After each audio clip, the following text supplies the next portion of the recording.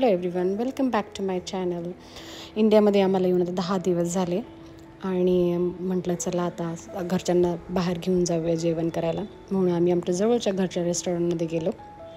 आणि जेवणाचा मेनू हा खूप छान होता. स्टार्टरला आम्ही chicken chilli, soup, Manchow soup आणि थोडेसे चिकन लॉलीपॉप घेतले होते. मुलांना चिकन लॉलीपॉप खूप आवडतात.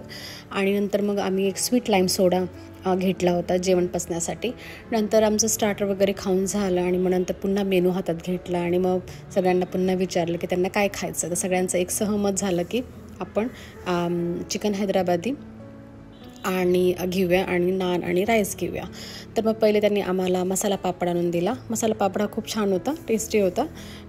मुलांना हे खूप आवडतं, त्यामुळे आम्ही आवर्जून मागवतो.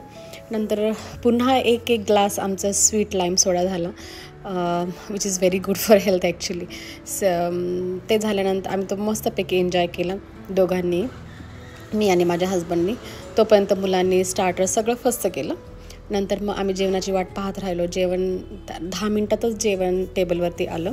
छान मस्तपैकी गरम गरम बटर नान आणि चिकन हैदराबादी. मला वाटतं चिकन गोश्त होतं वाटतं, मला एवढं आठवत नाही आता.